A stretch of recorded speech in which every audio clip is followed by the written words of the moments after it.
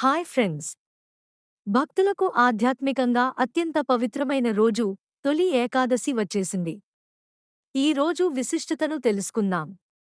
ఆషాఢ శుద్ధ ఏకాదశి నాడు వచ్చే ఈ ఏకాదశిని శయనేకాదశి అని కూడా పిలుస్తారు. ఈ రోజే శ్రీ మహావిష్ణువు యోగ నిద్రలోకి వెళ్తాడు. ఈ నిద్ర 4 నెలల పాటు కొనసాగుతుంది. దీన్నే చతుర్మాసం అంటారు. ఈ రోజు నుండి భక్తులు ఉపవాసాలు, నియమాలు పాటిస్తూ దీక్షలు ప్రారంభిస్తారు. ఈ కాలంలో మాంసాహారం మరియు మద్యపానాన్ని విరమించడంతో పాటు జాగరణ, పూజలు, పఠనాలు మొదలైనవి చేస్తారు. ఈ సమయంలో దేవుళ్ళు నిద్రలో ఉన్నారని భావించి వివాహాలు, గృహప్రవేశాలు, శుభకార్యాలు వాయిదా వేయబడతాయి. పురాణాల ప్రకారం తొలి ఏకాదశి రోజున ఉపవాసం చేసి విష్ణుపూజ చేస్తే పాపాలు తొలగిపోతాయి అని, ఆరోగ్యం, ఆయుష్షు, ఐశ్వర్యం కలుగుతాయని చెప్పబడింది.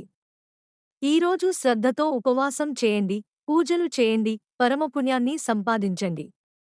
ఈ పవిత్ర దినాన మన హృదయాల్లో భక్తిని పెంపొందించుకుందాం.